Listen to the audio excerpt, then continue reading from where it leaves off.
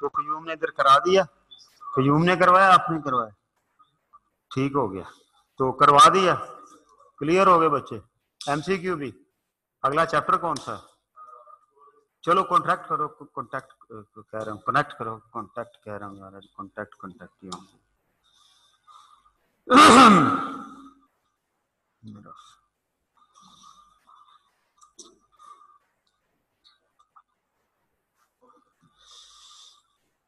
बिस्मिल्लाहिर्रहमानिर्रहीम। जी स्टूडेंट्स, मेरी आवाज आ रही है आप लोगों को? रुमैसा, मेरी आवाज आ रही है आपको?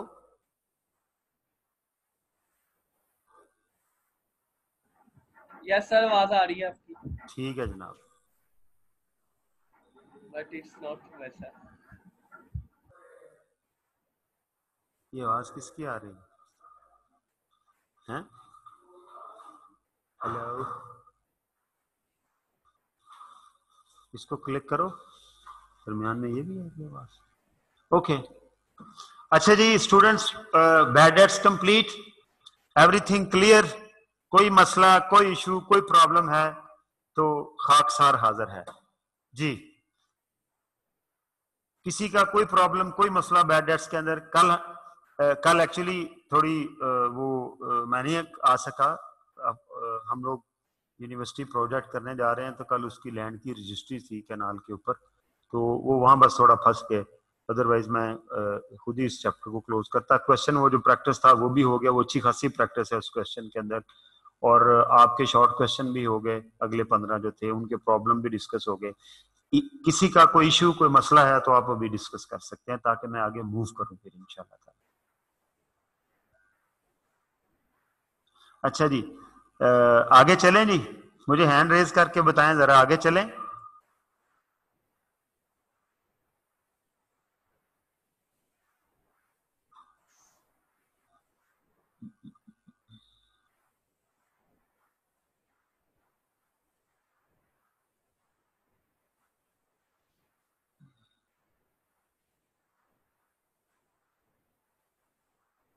ठीक है जी, ओके। किसी का कोई क्वेश्चन भी नहीं है, और मोस्टली सब लोग हैंड भी रेज कर रहे हैं कि आगे चलें, तो so we are moving forward इंशाल्लाह। चलें जी, अगला चैप्टर कौन सा है जी? प्री पेमेंट्स एंड अक्रूवल वाला। यस, टोटल हमारे 13 चैप्टर हैं। चेक करो, 12 है 13 है?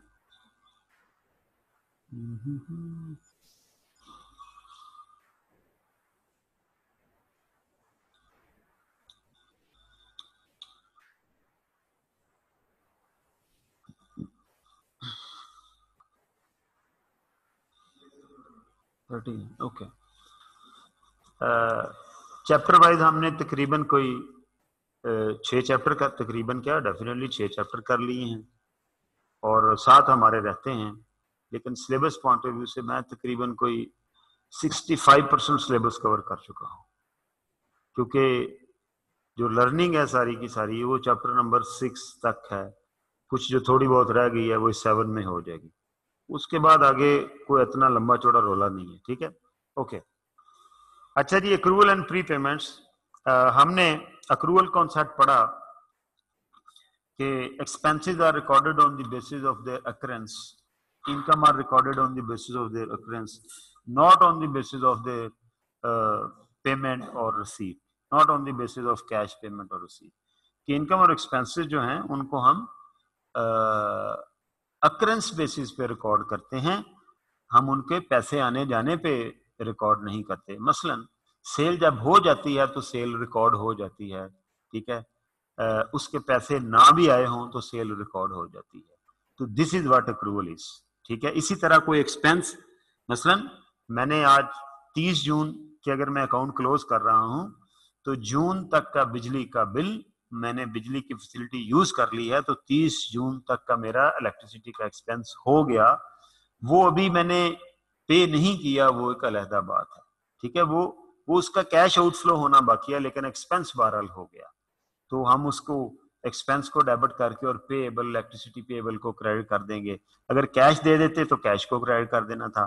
तो ये जो कॉन्सेप्ट है जिसके तहत हम कैश की मूवमेंट के बगैर ही इनकम और एक्सपेंसेस को रिकॉर्ड कर लेते हैं, उधार सेल, उधार परचेज, उधार एक्सपेंसेस, एडवांस एक्सपेंस पे करते हैं, तो हम उसे एक्सपेंस ट्रीट नहीं करते क्योंकि वो एडवांस होता है। ठीक है, लाइक इस बिल्डिंग का रेंट है, फर्ज करें मैं हर महीने फर्ज करें मैं रेंट देता हूँ 8-10 लाख जितना भी है। ठीक है, तो अगर मेरे से हाजी साहब आके कहते हैं कि यार जुनेद पैसों की जरूरत है, कोई वजह है, तो मुझे अगस्त का भी रेंट दे दो, मैं उन्हें आज दे देता हूँ, तो क्या वो मेरा जुलाई का एक्सपेंस गिना जाएगा? नहीं, जुलाई का एक्सपेंस एक ही रेंट है जो जुलाई का है। ठीक है, वो जो 8 लाख रुपया मैंने अगस्त का उनको दे दिया, वो बेसिकली क्या है, वो बेसिकली प्रीपेड है, वो मेरा एक्सपेंस नहीं है क्योंकि उसका मैंने फ्यूचर बेनिफिट लेना है। तो whole idea behind the accrual and prepayment is like this. Accrual incomes, अच्छा ये जो अक्रूवल हैं, जरा निकालें जी, जरा एक शीट निकालें।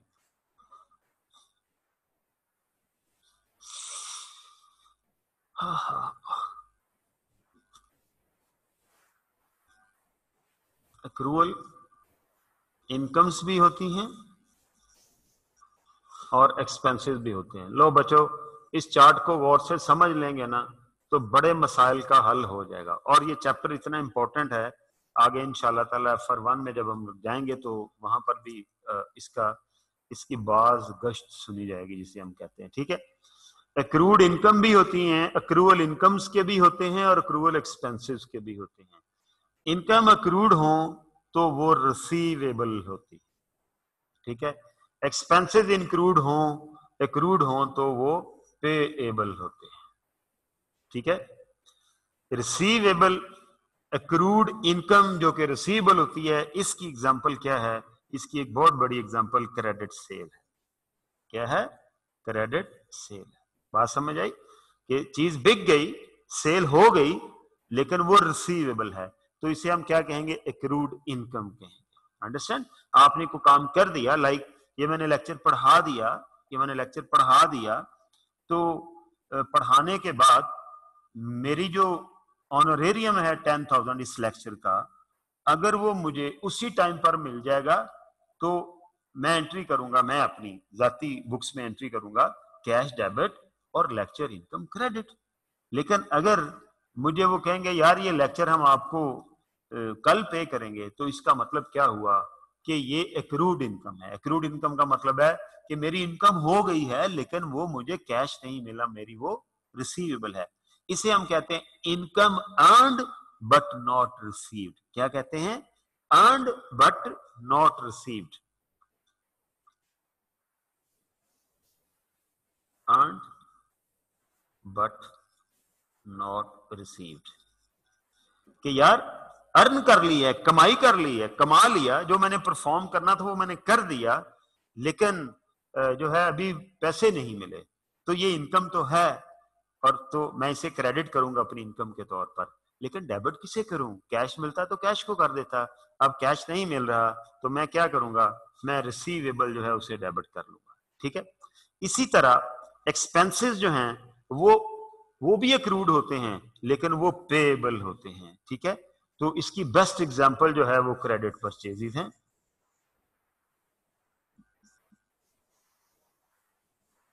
इसकी बेस्ट एग्जांपल क्या है? क्रेडिट परचेजेस हैं। ठीक है, इसका मतलब क्या होता है कि हमने परचेज बट नॉट पेड। ठीक है, कि हमने क्या किया है? हमने परचेज्ड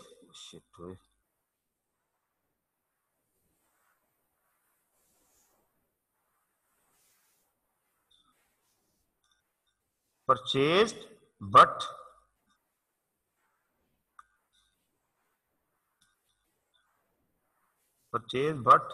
नॉट पेड। ठीक है, कि हमने परचेज कर ली चीज लेकिन पे नहीं की, तो ये तो परचेज मतलब एक्सपेंस है इस वक्त, तो हम कहेंगे परचेज बट नॉट पेड। ठीक है, या electricity used but not paid. Electricity use कर ली, रेंट, घर आपने महीना पूरा इस्तेमाल कर लिया किराए के ऊपर, but rent is not paid. तो ये क्या होगा? ये हम कहेंगे कि ये एक्सपेंस की अक्रूवल होगी। तो अक्रूवल का मतलब होता है पेंडिंग हो जाना। अक्रूवल जरूरी नहीं है कि एक्सपेंसेस के आमतौर पर बच्चे ये लफ्ज एक्सपेंस के साथ यूज करते हैं। तो भाई इनकम भी एक्रूवल हो सकती है, इनकम की भी एक्रूवल हो सकती है, एक्सपेंस की भी एक्रूवल हो सकती है। फर्क क्या है? इनकम की एक्रूवल हो तो वो रिसीवेबल है, एक्सपेंस की एक्रूवल हो तो वो क्या है? वो पेएबल है। और रिसीवेबल का मतलब कि पैसे सेल कर दी है, पैसे आने हैं, और पेएबल का मतलब है परचेज कर ली है, पैसे देने हैं, इलेक्ट्रिसिटी ले ली है, पैसे देने हैं, एम्प्लॉय से काम ले लिया, सैलरी देनी है, घर इस्तेमाल कर लिया उस महीने के लिए, रेंट देना है। तो ये सारी किसकी एग्जांपल है? इनकम की अक्रूवल की एग्जांपल है। ठीक है, इसी तरह इसको थोड़ा सा इधर करना है हमने। हाँ, ये क्या आ गया यार? इस शीट पे क्या लिखा हुआ आपको? इसको फारग कर देना था फिर। नहीं नहीं, मुझे अब ये चाहिए जो मैंने लिखा। जल्दी करो जरा।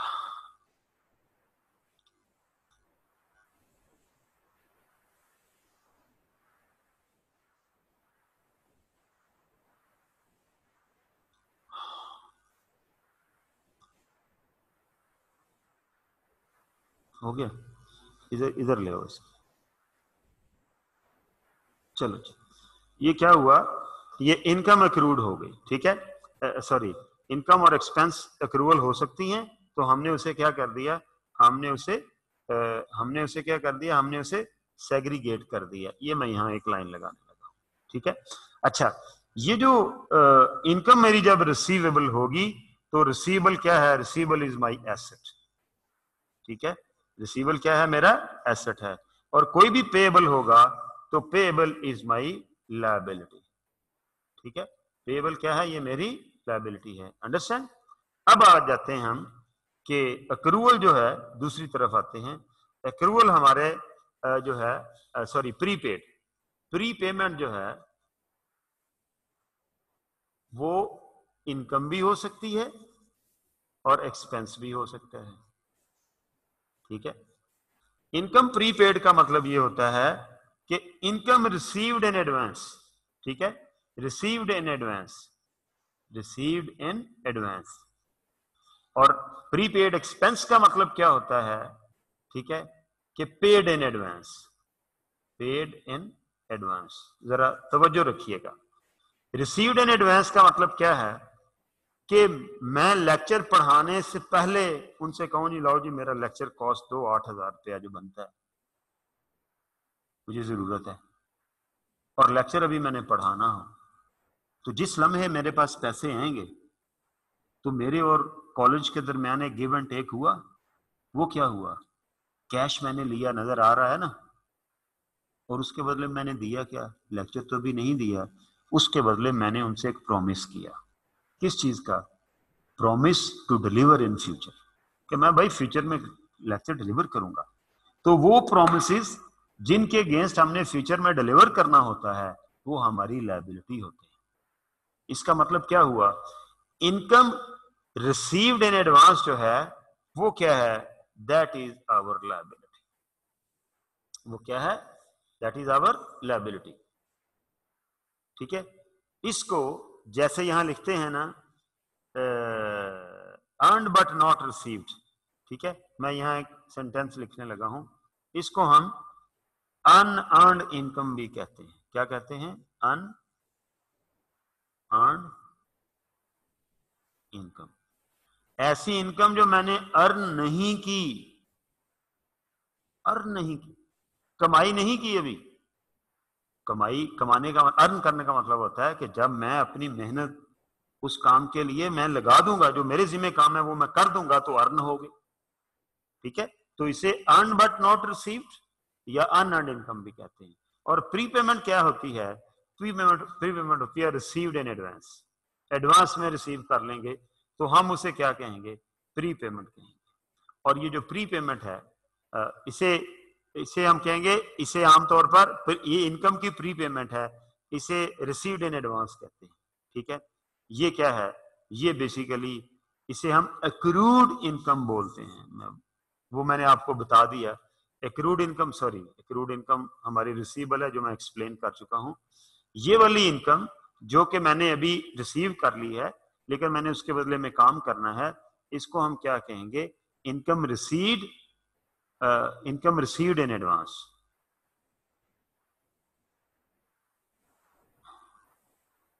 ये मैं यहाँ गलत लिख के आऊँ, मैं कह रहा हूँ ये अनअर्न्ड, इसे नहीं कहना यार, सॉरी, इसे हम कह रहे हैं अर्नड बट नॉट रिसीव्ड, ये अनअर्न्ड इनकम, ठीक है। इसे हम क्या कहेंगे, अनअर्न्ड, के जो मैंने अभी अर्न नहीं की, उलट बात, अनअर्न्ड, अनअर्न्ड, इसका मतलब क्या है, received in advance, received but not earned, ये क्या था, अर्नड बट नॉट रिसीव्ड, ठीक है। ये क्या है, रिसीव्ड बट नॉट अर्नड, ठीक है। मैं इन दोनों को सर्कल करने लगा हूं, इसको भी और इसको भी, earned but not received, received but not earned, ठीक है। इसे हम क्या बोलते हैं, इसको हम अनअर्न्ड इनकम भी कहते हैं, और इसे हम क्या बोलते हैं, एक्रूड इनकम कहते हैं। इसी तरह जो हमारा एक्सपेंस है, ये जो पेड इन एडवांस होगा, कि मैंने रेंट एडवांस में दे दिया, इसका मतलब क्या है कि मैंने अभी उसका बेनिफिट लेना है, तो ये क्या है, ये मेरा एसेट, इसे हम प्री पेमेंट कहते हैं, और ये मेरा क्या होगा, एसेट होगा, ये मेरा क्या होगा, एसेट होगा, ठीक है। इसको कहेंगे कि जी मैंने अभी एक्सपेंस जो है पे कर दिए हैं पैसे, लेकिन मैंने फैसिलिटी अवेल नहीं की।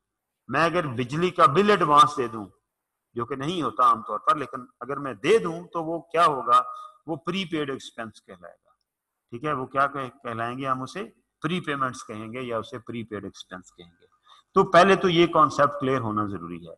मुझे अब आप लोग ये बताएं कि आप लोगों को यहां तक बात क्लियर होगी, या फिर मैं अब आगे चलूंगा। ये क्लियर है जी यहां तक? सब लोग हैंड रेज करें, शाबाश।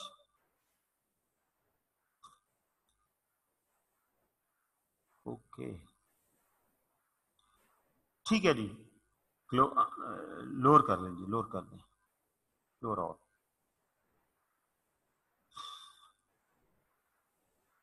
अच्छा जी, अब मुझे यहां तक किसी का कोई क्वेश्चन है तो वो पूछ सकते हैं आप हैंड रेज करके। Any question, any body? Okay fine, चलें जी, अब चलें जी किताब के ऊपर। ये पीछे कॉन्सेप्ट क्लियर करना जरूरी था। क्या बताना है जी, हमने आपको अक्रूवल और प्री पेमेंट्स का इंट्रोडक्शन देना है, मैंने दे दिया अभी, ठीक है। अक्रूवल क्या होती हैं मैंने बता दिया आपको, प्री पेमेंट्स क्या होती हैं मैंने बता दिया आपको, अनअर्न्ड इनकम क्या होती है मैंने बता दिया आपको, एक्रूड इनकम क्या होती है मैंने बता दिया आपको, ठीक है। और आखिर में ऑब्जेक्टिव बेस्ड क्वेश्चन है। लेकिन ये इतना मम्मी डैडी टॉपिक नहीं है जैसे आप लोग हैं, इसके लिए थोड़ा सा मगजमारी की जरूरत है। चलें जरा देखते हैं अंदर घुस के क्या होता है। ये मैंने आपको समझा दी बात कि financial statement are prepared using accrual basis of accounting rather than on cash basis. यानी जब हम फाइनेंशियल स्टेटमेंट बनाते हैं तो हम अक्रूवल बेसिस को यूज करते हैं। अक्रूवल बेसिस का मतलब ये होता है कि भाई जो चीज बिक गई है, पैसे आए नहीं आए, वो सेल है। जो हमने बेनिफिट ले लिया किसी से, वो हमारा एक्सपेंस है, पैसे दिए या नहीं दिए। तो under accrual basis of accounting, income must be recorded in accounting period in which it is earned, ये नहीं लिखा हो it is received.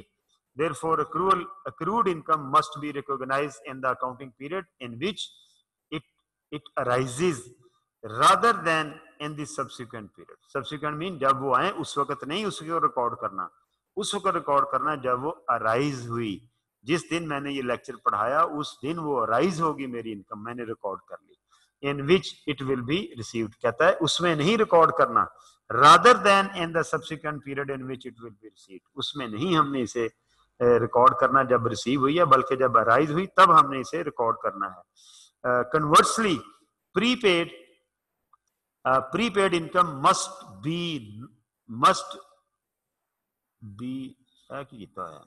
ये बी काट देंगे। Conversely prepaid income must not be shown as income in accounting period. और जो income received in advance है वो मैंने अभी आपको शीट निकालें जरा, क्या बताया भला। ये इनकम रिसीव्ड इन एडवांस है, ये वाली, ये मैंने क्या कहा, ये मेरी लायबिलिटी है, ये मेरी इनकम नहीं है। चलें देखें, must not be shown income in accounting period in which it is received, but but instead it must be presented as such in subsequent accounting period in which the services are the services or obligation in respect of the period and income have been performed.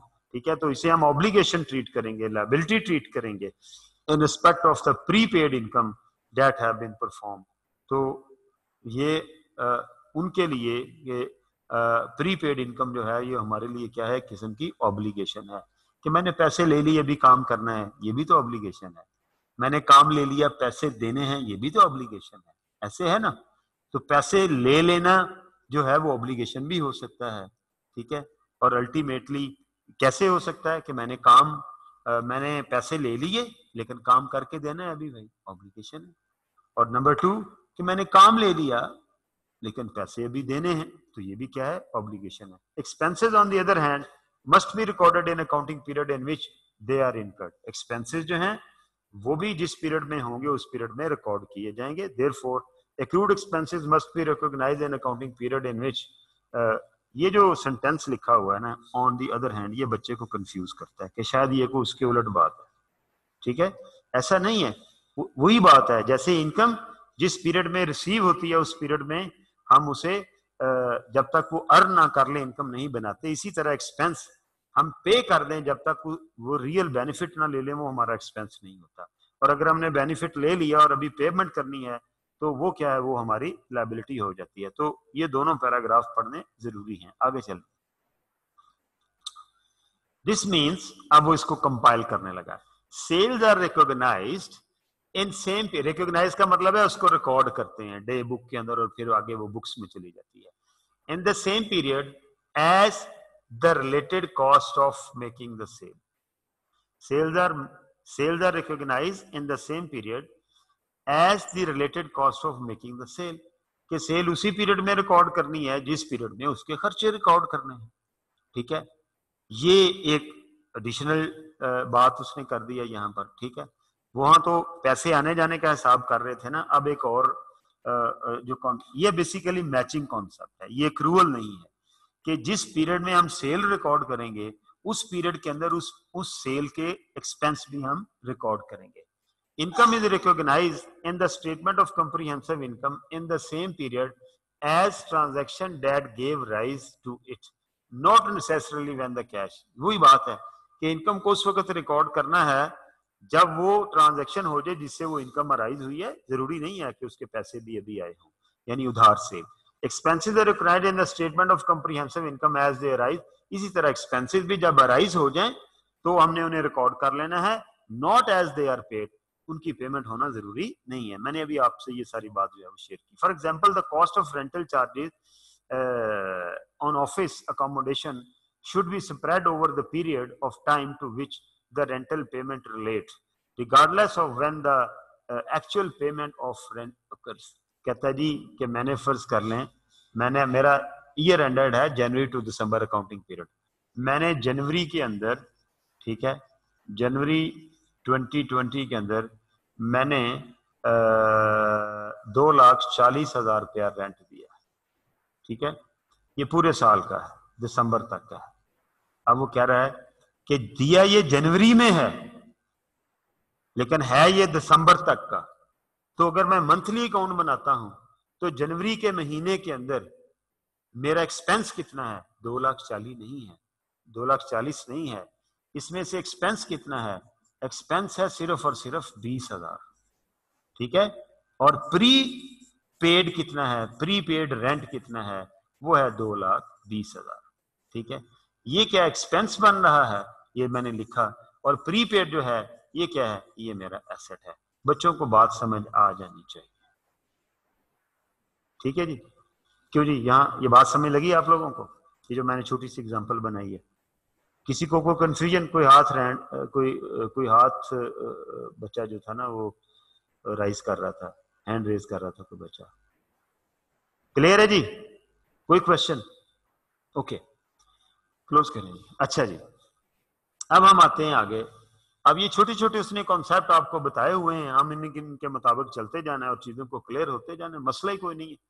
कहता है business page annual rent in advance on 1 जनवरी। वही बात जो मैंने अभी आपको example, बिल्कुल exact वही है। Rent paid on 1 January 2,40,000, rent paid on 1 June 2013 3 lakh. The rental expense for the year ended 31 दिसंबर। अब वो कह रहा है कि उनका जो ईयर एंड है ना वो 31 दिसंबर है 2013। अभी आपने सोल्यूशन नहीं देखना, ठीक है, शीट निकालो जी जरा, आगे अगली शीट, ये आ गया। यहां पर हम लिखते हैं, हम फाइनेंशियल ईयर लिखते हैं,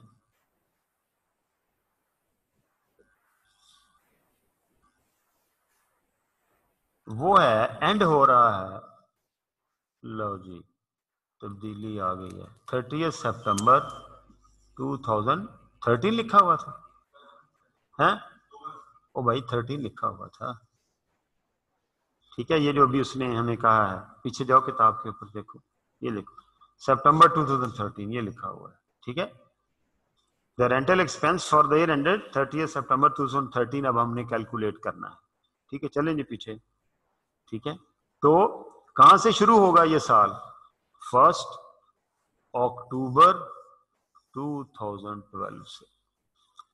1 अक्टूबर 2012 से ये शुरू होगा और 30 सितंबर 2013 पे ये जाके खत्म होगा। ये बात क्लियर होगी? अब हमने एक रेंट दिया है 1 जुलाई 2012 को जी, वो दिया मैंने 2,40,000, और एक रेंट मैंने दिया है 1 जुलाई 2013 को, वो मैंने दिया 3 लाख। किराया बढ़ सकता है ना यार, हाँ जून को दिया है और दूसरा 1 ओके लिख लेते हैं, 1 जून लिख लेते हैं, सॉरी भाई इधर आ गया, ये भी 1 जून को है और ये भी 1 जून को। ये हैंड रेज कर रहा है यार को बच्चा, यही बताना चाह रहा था, चलो ठीक है। अच्छा जी, अब मुझे ये बताएं, उधर चले जाएं, उधर चले जाएं। हमारा सवाल ये है कि ये वाला जो पीरियड है, ये जिसको मैं ब्लॉक में करने लगा हूं, ये हमारा काउंटिंग पीरियड है। वो कहता है इसके अंदर एक्सपेंस कितना है, पूरे साल का खर्चा कितना है, ठीक है। अब ये जो, अच्छा अब ये रेंट दिया जा रहा है इन एडवांस, यानी साल शुरू होता है तो हम रेंट देते थे। इसका मतलब ये हुआ ये 12 महीने का रेंट है, और वो 12 महीने कहां से शुरू होते हैं? 1 जून 2012 से लेके 31 मई 2013 तक। भाई एग्री करते हैं? इसमें ये दिनों का, डेट्स का रोला इस चैप्टर के अंदर टोटल, ठीक है। यानी जो पैसे मैंने, ये देखें, जो पैसे मैंने इस डेट को दिए 1 जून को, उसमें जून, जुलाई, अगस्त, सितंबर, अक्टूबर, नवंबर, दिसंबर 2012, और फिर आगे जनवरी, फरवरी, मार्च, अप्रैल, मई, 12 महीने हो गए, मई 2013। यार फाइनेंशियल ईयर एंड किसी का और हो सकता है, और जो चीज किराए पे ली हुई है उसका सालाना किराया देना है, वो कभी भी स्टार्ट हो सकता है, ठीक है। तो फाइनेंशियल ईयर कंपनी का वो है। अब वो कह रहा है यार इसमें एक्सपेंस कितना होगा इस साल के अंदर, कितना रेंट वो है जो हमारा ड्यू होकर हमने पे भी कर दिया, और कितना रेंट ऐसे है जो साल के आखिर में हमारे जिम्मे है या हमने प्री पे कर दी। मैंने दो चीजें कैलकुलेट करनी है। मैंने कैलकुलेशन करनी है, मैं यहां पर लिखता हूं, मैंने कैलकुलेशन ये करनी है कि एक्सपेंस फॉर द ईयर मैंने निकालना है,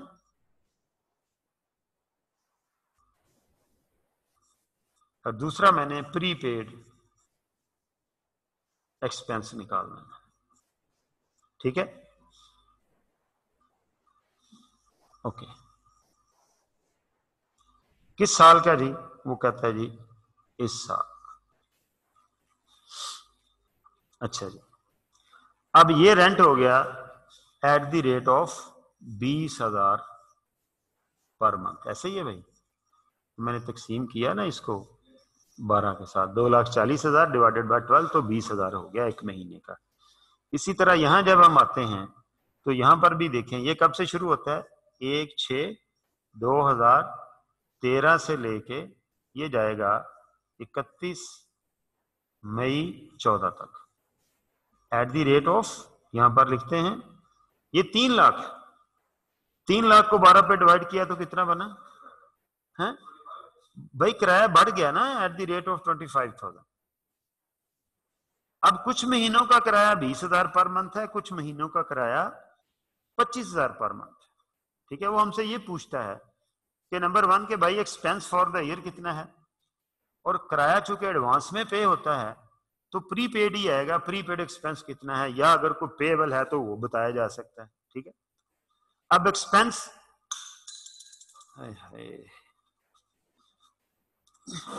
लो जी,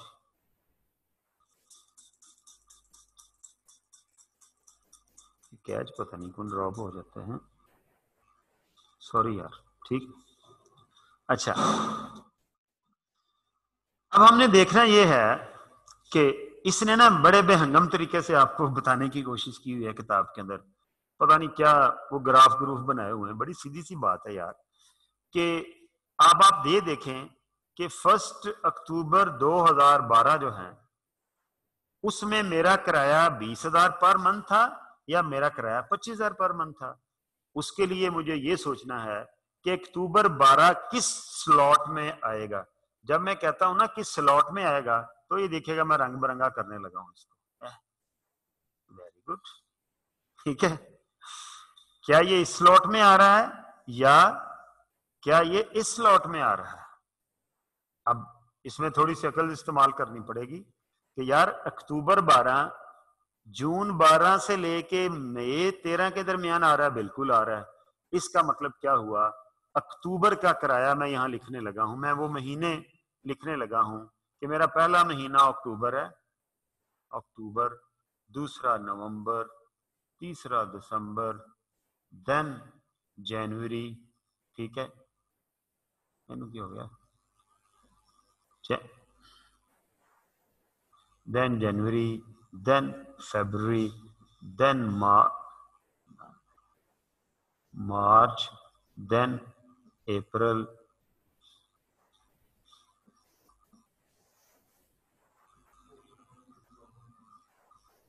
ये मेरा ख्याल दोबारा उसके ऊपर लिखा जाता है ना, तो ऐसे होता है। Anyways, and then May. Okay, ये अप्रैल है। ठीक है, ये हो गए 1 2 3 4 5 6 7 8, हाँ मेरा तो सितंबर क्लोजिंग है। ठीक है, और हम इसको मैं आगे ले जाता हूं,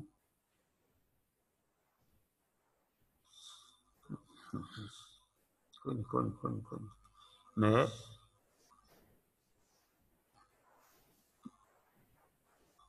जून, जुलाई, अगस्त और सितंबर, वो दोबारा उसके ऊपर आता है ना तो फिर वो जवाब दे जाता है।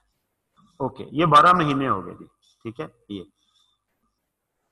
अब मुझे इनका रेंट लिखना है यार, बच्चों वाली बातें हैं लेकिन आपको सिखानी पड़ रही है, क्या करें। ये अब हम इधर से देख के इसका रेंट लिखते जाते हैं। ये रहा जी, यहां लिखते हैं अक्टूबर का रेंट सर 20,000, अक्टूबर 12 से शुरू होगा और सर ये सितंबर 13 तक चलना है। नवंबर का 20, दिसंबर का 20, जनवरी का 20, 13 शुरू हो गया, फरवरी का 20, मार्च का 20 है। किराया कब बढ़ा है, 1 जून को जाके 13 को, अप्रैल का 20। ठीक है, आगे चलते हैं, आगे चलते हैं जी। सर मई का 20, जून का 20, जुलाई का 20। ठीक है, किराया नहीं जी नहीं, ये हम कब कब कब बढ़ा है किराया, ये देखें भाई,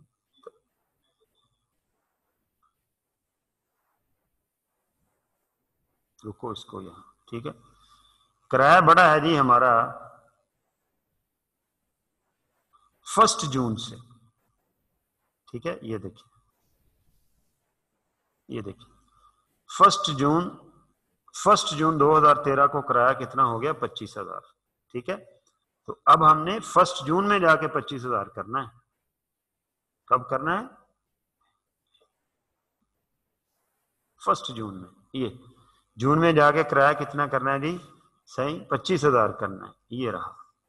तो ये कितना हुआ जी, 25,000।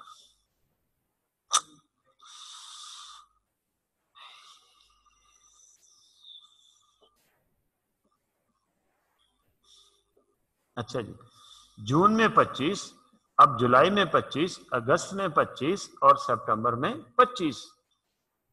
1 2 3 4 महीने 25, यानी हो गया 1 लाख रुपया। ठीक है, और 8 महीने कितना किराया आएगा जी इसका जो हम पे करेंगे?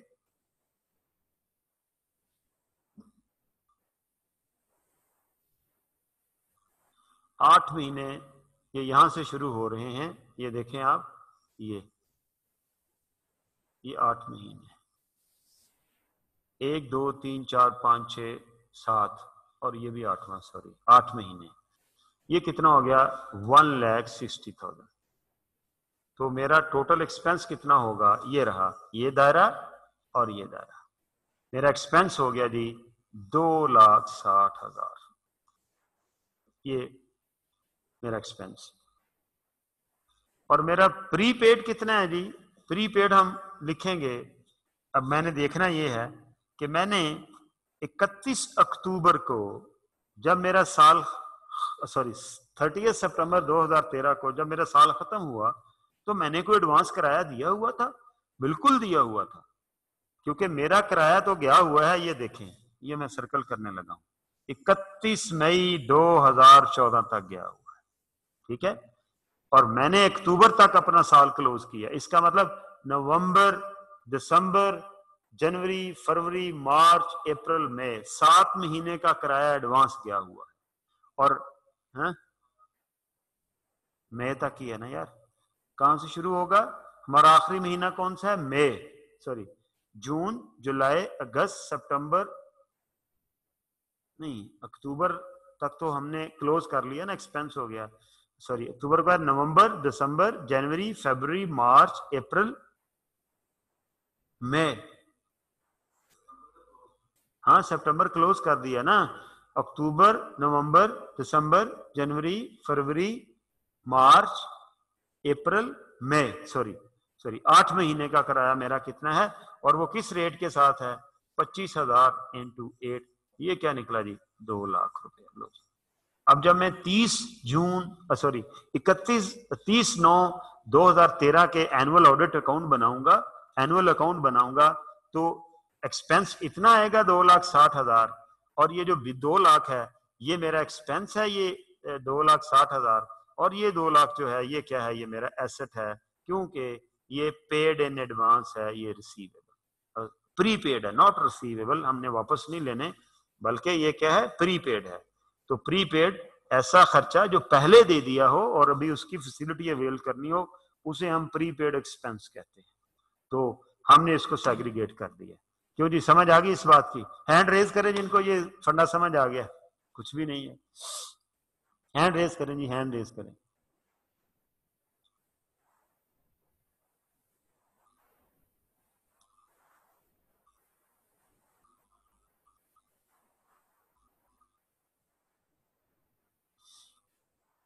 सैरिश फातिमा से पूछो जी, समझ आ गया? ये हैंड क्यों नहीं रेज कर रही? सैरिश फातिमा है, क्या हुआ?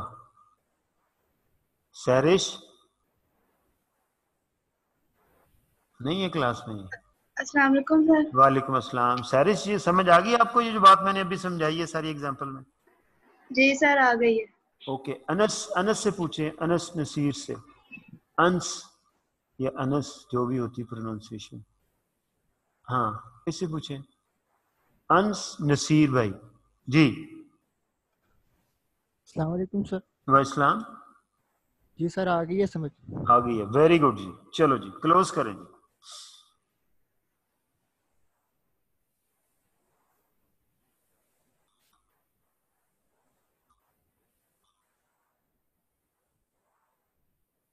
ये क्या कह रहे?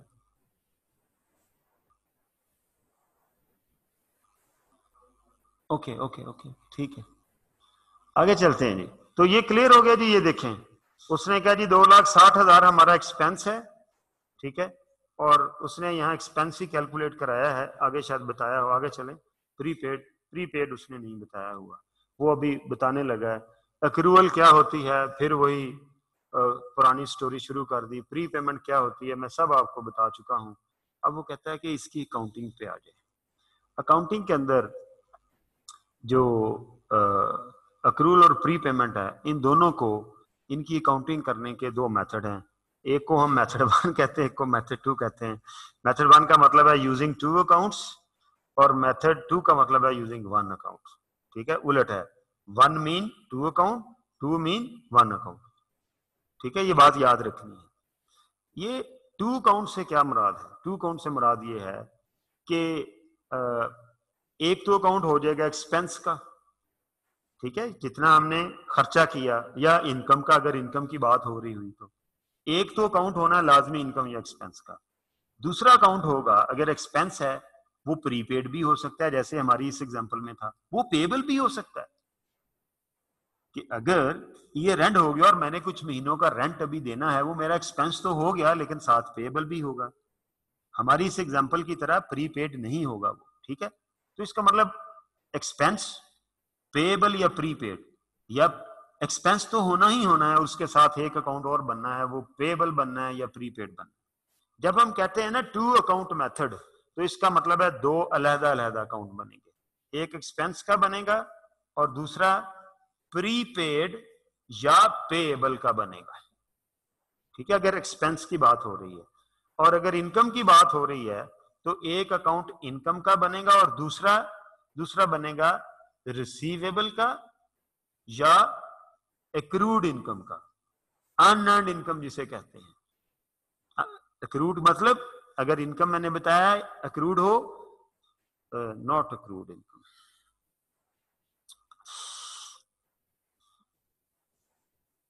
ये जो इधर मुझे एक्चुअली ऐसे लिखना चाहिए था, मैं ये बताना चाह रहा था कि एक अकाउंट बनेगा रिसीवेबल या एक्रूड इनकम, ये एक ही चीज के दो नाम हैं। और तीसरा अकाउंट हो सकता है अनअर्न्ड इनकम का। ठीक है, अब इसका कॉम्बिनेशन क्या होगा कि ये पेएबल को अलग लिखता हूं, यहां नहीं लिखता, ओके, पेएबल को अलग लिखते हैं, पेएबल 1 2 3, 1 2 3, इनमें से एक अकाउंट तो ये लाजमी बनेगा। कौन से वाला भला? ये वाला एक्सपेंस अकाउंट लाजमी बनना है, और इन दोनों में से एक अकाउंट बनेगा, एक इनमें से और एक ये कितने हो गए? 2 अकाउंट। इसी तरह इनकम अकाउंट लाजमी बनना है और एक इन दोनों में से। ठीक है, एक ये हो गया इनकम और एक ये हो गया, ये भी कितने हो गए? 2। इसका मतलब होगा कि इन एनी केस 2 अकाउंट बनने हैं। तो जो मेथड 1 है उसके अंदर हम 2 अकाउंट ही बनाते हैं, यानी एक्सपेंस या इनकम का अकाउंट और दूसरा प्री पेमेंट या पेएबल या रिसीवेबल और अनअर्न्ड इनकम का अकाउंट, अगर इनकम की बात हो रही है। और जो 1 अकाउंट है उसके अंदर एक्सपेंस या प्री पेमेंट या पेएबल, इन दोनों में से जो भी होगा, ये 2 अकाउंट नहीं बनेंगे। ये जो यहां पर एक मैंने अकाउंट ये लिखा, ये 2 नहीं बनेंगे, बल्कि इन सब की जगह एक ही अकाउंट के अंदर ये सारी फिगर्स हमें मिल जाएंगी। ठीक है, 2 अकाउंट मेथड का मतलब ये है कि एक्सपेंस अकाउंट और दूसरा उसके साथ या एक्सपेंस प्रीपेड हो सकता है या एक्सपेंस पेएबल हो सकता है। तो एक एक्सपेंस का अकाउंट बने और दूसरा पेएबल या प्रीपेमेंट का बने, क्लोज। और इनकम के लिए 2 अकाउंट मेथड का मतलब है एक इनकम का अकाउंट बने और दूसरा रिसीवेबल या अनअर्न्ड इनकम का बने। रिसीवेबल का मतलब है इनकम लेनी है, अनअर्न्ड का मतलब है मतलब पैसे मिल गए लेकिन काम करना है। ठीक है, तो एट ए टाइम एक इनकम रिसीवेबल या अनअर्न्ड नहीं हो सकती। इसी तरह एट ए टाइम एक एक्सपेंस प्रीपेड या पेएबल नहीं हो सकता। यार, या मैंने किसी के पैसे देने होंगे या मैंने एडवांस दिए हुए होंगे। अगर मैंने एडवांस दिए हैं तो पेएबल नहीं हो सकता, पेएबल है तो एडवांस नहीं हो सकता। कॉमन सेंस की बात है। तो इनमें से ये जो हम अभी हाईलाइट करने लगे हैं, ये देखें, एक अकाउंट इन दोनों में से होगा और एक ये होगा। तो ये मैंने 2 अकाउंट बनाया, तो ये 2 अकाउंट मेथड इसलिए कहलाता है। ठीक है, इसी तरह एक अकाउंट इन दोनों में से होगा और एक अकाउंट ये होगा, इसलिए हम इसको 2 अकाउंट मेथड कहते हैं। ठीक है, और 1 अकाउंट मेथड के अंदर क्या होगा? एक एक्सपेंस का अकाउंट और इन दोनों में से जो भी पेएबल या प्री पेमेंट का अकाउंट बनना है वो अलहदा नहीं बनना, एक ही अकाउंट से एक्सपेंस भी मिल जाएगा उसी अकाउंट से पेएबल या प्रीपेड भी मिल जाएगा। इसी तरह एक ही अकाउंट में से इनकम भी निकल आएगी लेजर में से, और उसी में से रिसीवेबल या अर्नड इनकम भी निकल आएगी। इसलिए इसको यूजिंग टू अकाउंट मेथड और यूजिंग वन अकाउंट मेथड कहते हैं। मेरा ख्याल ये को बहुत लंबी चौड़ी ऐसी नहीं है। अब हम इस इंडिविजुअल ईच मेथड को अब हम क्या करेंगे, आगे जाके हैंडल करेंगे। चलें, अब हम आ जाते हैं एक्रूवल्स के ऊपर। पुत्र फिर उन्हें एक्रूवल दोबारा उस वो पक्का रट्टा मरवाना चाह रहा है। फिर वही सारी बातें लिखी होती हैं कि एक्रूड एक्सपेंस क्या होगा। मैंने यार वो जो पहली स्लाइड नहीं बनाई, निकालो जरा किधर, नो इससे पीछे, हाँ हाँ हाँ हाँ, इस स्लाइड के अंदर से हर बात जो है वो क्लियर हो जाती है। ये जो स्लाइड मैंने बनाई है ये वाली, ये सारी हाँ जी, ये इसके अंदर से हर बात क्लियर हो जाती है। ठीक है, एक्रूड एक्सपेंस की बात करने लगा है, एक्रूड इनकम की बात करेगा, प्रीपेड एक्सपेंस की बात करेगा, प्रीपेड इनकम की बात करेगा। ठीक है, तो एक मेथड क्या है, इन दोनों एक्सपेंस और पेएबल के दो अलग अकाउंट बनाए जाए। ठीक है, या एक्सपेंस और प्रीपेड के दो अलग अकाउंट बनाए जाए। ठीक है, और दूसरा मेथड क्या है, इन दोनों का एक ही अकाउंट बनाया जाए या इन दोनों का एक ही अकाउंट बनाया जाए। इसी तरह इनकम का कॉम्बिनेशन बना लें। चलें जी वहां दोबारा आगे चलो। ये देखें, एक एग्जांपल है, मैं ये वाला काम आपको कहता हूं, इस शक्ल को आपने देखना भी नहीं है, इसको रेड से काटते हैं। ये जो काम किया हुआ है ना किताब के अंदर, ये इंतहाई वाहियती की हुई है, इसको आपने देखना भी नहीं, वरना बहुत सख्त गुनाह होगा। ठीक है, क्या है यार, बड़ा सिंपल सी बात है। ये देखें, वो लिखता है जी कि Wasif setup in business on 1 January year 1, the business है 31 दिसंबर, यानी हमारी क्लोजिंग क्या है 1 जनवरी टू 31 दिसंबर, यानी कैलेंडर ईयर ही हमारा अकाउंटिंग ईयर है। जिस पीरियड, जिस साल के हम अकाउंट बनाते हैं 12 महीनों के, उसे हम अकाउंटिंग ईयर कहते हैं, और जनवरी टू दिसंबर हमारा कैलेंडर ईयर कहलाता है। तो कैलेंडर ईयर ही हमारा अकाउंटिंग ईयर है। Okay, telephone charges are paid 3 months in arrears. In arrear का मतलब क्या होता है कि जैसे हमारे घरों के बिल आते हैं सारे इन एरियर हैं। इन एरियर का मतलब ये होता है कि हम एक्सपेंस फैसिलिटी अवेल करते हैं और बाद में बिल आता है। ठीक है, तो वो कह रहा है जी 3 महीने फोन इस्तेमाल करने के बाद बिल आता है। ठीक है, ये बड़ी इंपॉर्टेंट चीज होती है कि इन एरियर है या इन एडवांस है। तो ये इन एरियर है, यानी पहले हम फैसिलिटी यूज करते हैं 3 महीने, फिर बिल आता है। And telephone invoices received in year 1 as follows. और आपको जो टेलीफोन की इनवॉइसेस मिली हैं ईयर 1 के अंदर, वो एक इनवॉइस आपको मिली है 30 अप्रैल को, एक इनवॉइस मिली है 30 जुलाई को, एक इनवॉइस मिली है 31 अक्टूबर को। ठीक है, वो कहता है जी एक्सपेंस कैलकुलेट करें कितना, ये और ये बताएं कि प्रीपेड एक्सपेंस या पेएबल एक्सपेंस। जब भी एक्सपेंस इन एडवांस पे होगा तो वो प्रीपेड निकलेगा। एक्सपेंस तो होगा ही लेकिन साथ प्रीपेड निकलेगा। इसी तरह जब भी एक्सपेंस इन एरियर होगा तो वो एक्सपेंस तो होगा ही, साथ पेएबल निकलेगा। तो यहां एक्सपेंस और पेएबल निकलेंगे। ठीक है, तो हम क्या करते हैं, मैं यहीं पर इसको सॉल्व करता हूं, एक्सपेंस और पेएबल मैंने निकालना है। ठीक है, ओके। अब मुझे ये बताएं कि जो 30 अप्रैल को मुझे इनवॉइस आई है, ये किस किस महीने की है, ये जैन फेब मार्च की है? नहीं नहीं नहीं नहीं नहीं नहीं नहीं नहीं नहीं नहीं नहीं नहीं नहीं, गलती होने लगी थी। ये किस किस महीने की है जी, ये देखें, ये है अप्रैल मिला के 3 महीने हैं इन एरियर। जो 30 अप्रैल को बिल आता है वो पिछले 3 महीनों का है, यानी अप्रैल फरवरी, नहीं अप्रैल मार्च और फरवरी। तो ये क्या है, फरवरी, यार ये क्या है, फेब का बिल है, ये मार्च का बिल है, ये अप्रैल का बिल है, 3 महीनों का बिल है ये। और ये तीनों महीने मेरे साल में आते हैं, लिहाजा 5,000 हमारा एक्सपेंस है। ये मैंने दिया कब है? 1 मंथ इन एरियर, नहीं, आर पेड, ये मैंने दिया कब है? 30 अप्रैल को, और ये 3 महीने का है, यानी अप्रैल, मार्च और फरवरी का। तो ये जनवरी टू दिसंबर में ही पे हुआ, और ये जो महीने जिनके लिए पे हुआ ये हमारे ही साल के महीने थे, लिहाजा ये एक्सपेंस है। इसी तरह ये जो जुलाई में बिल पे हुआ है ये मई, जून और जुलाई का है, ये भी क्लियर। और ये तीनों महीने भी मेरे ही हैं, लिहाजा ये भी मेरा एक्सपेंस हो गया 7500। ठीक है जी। इसी तरह जो अक्टूबर को बिल मैंने पे किया वो किस किस का था? अगस्त, सितंबर, अक्टूबर, और ये तीनों महीने भी मेरे ही साल में आते हैं, लिहाजा ये जो 8,500 है ये भी मेरा एक्सपेंस हो गया। ठीक है। अब आखिरी बिल मैंने पे कर दिया है कब? 31 अक्टूबर को, जो कि अक्टूबर और उससे पिछले 2 महीनों का था।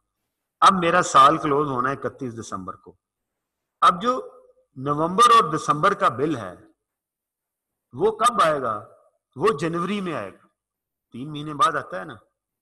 तो जब वो जनवरी में बिल आएगा तो उसके अंदर 2 महीने मेरे साल के हैं और 1 महीना अगले साल का है, यानी मेरे 2 महीने की पेमेंट कब होगी? अगले साल जनवरी में होगी। तो जब 31 दिसंबर को ईयर क्लोज होगा तो मेरे जिम्मे 2 महीने का बिल पेएबल होगा, और मैंने इस एक्सपेंस के अंदर 2 महीने का बिल ऐड करना है। वो क्या करेंगे? जनवरी में जो बिल आया होगा उसकी बेस के ऊपर हम एस्टिमेट कर लेंगे, या एक्चुअल बिल से वो अमाउंट ले लेंगे, या हमारा एस्टिमेट भी चल सकता है कि हमारा 2 महीने का बिल कितना आएगा। तो हमारी जो अगली इसकी इनवाइस आई है वो कहां लिखी हुई है जी?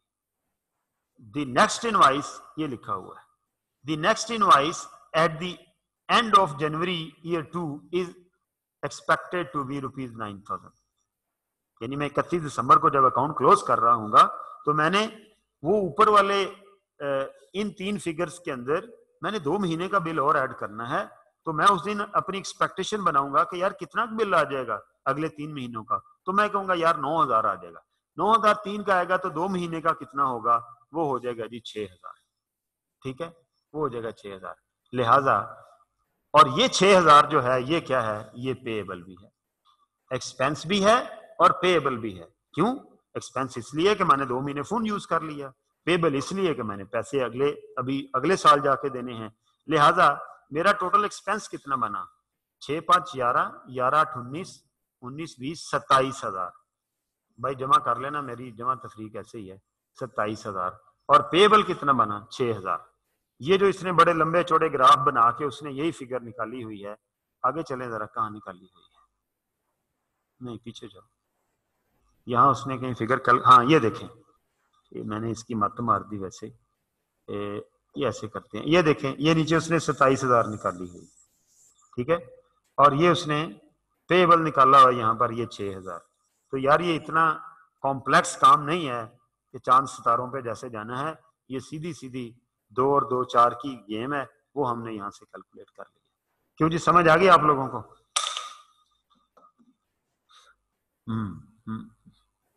क्यों जी, क्लियर है यहां तक? ये अली ख्वाजा से पूछो भाई, क्लियर है जी ख्वाजा साहब? जी सर, क्लियर है। ओके, इससे पूछो, ये बंदा है बंदी है? हैं? हैं? जर्नल हसन जी भाई। जी सर, क्लियर है। क्लियर है, गुड। अच्छा जी, और ऊपर चलो, कुर्तुलैन से पूछो, ये नहीं बोली।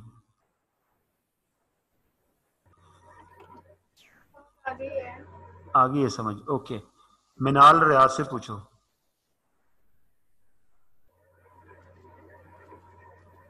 मिनाल सोई हुई है, चलो छोड़ो, रहने दो। ठीक है जी, ओके। आपका होमवर्क क्या है? जिस पेज से चैप्टर शुरू हो रहा है, पहली लाइन से लेके इस लाइन तक आपने सारा पढ़ के एनालिसिस करके आना है। खुदा के लिए इसको इजी मत लीजिएगा, ये वो वह टॉपिक है जो सारी अकाउंटिंग जिसके ऊपर डिपेंड करती है। सारी कह रहा हूं, आने वाले सीए फाइनल तक की। ये कॉन्सेप्ट क्लियर नहीं है तो बंदा फारग है। अल्लाह मियां आपको हमें अपनी हिफ्ज़ ईमान में रखे। घर पर रहिएगा ताकि आप महफूज रहें।